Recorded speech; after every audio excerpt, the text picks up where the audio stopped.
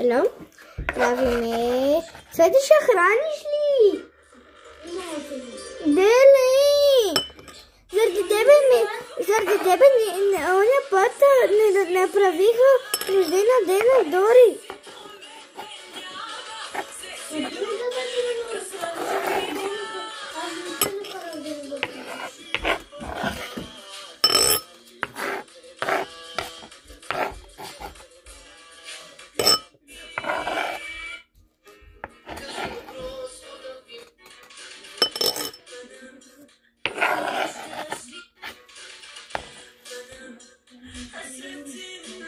Това ми изглежда като поп.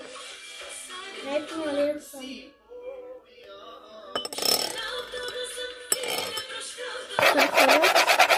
Ще видим. Хора, сега Цвети ме замества. Да, защото Дори повърна и така. Много жалко. Гледай как играеш. Да, точно.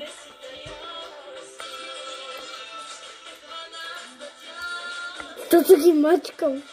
Ама не, даже, ама добре, даже много я облича. Долу дебел боди, отгоре потни, Как така си разболя? Не знам. Това да кажем на това дете нещо има. Казвам ти. Що му нещото се разболя? Виж на Гошко, на Стефани бачето Гошко. Готови сме с бананчето. Цвети ми каза, защото трябва по-малко да й направи и това. Сега малко боравинки.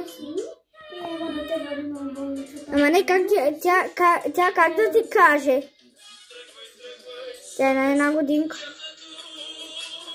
Но все пак поне говори нещо.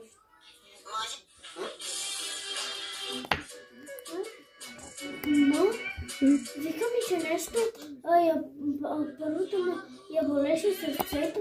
Ама как? Не вярвам. Брат. Да видите хора. Но сега ме дори. Мама, да чувстваш ли се малко по-добре, а? Ще има някакво разочарование, което ще я стигнеш. Тази връзка определено е голяма.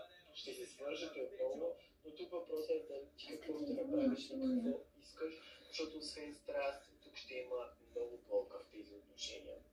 Ако искаш да разбереш какво ще се случи.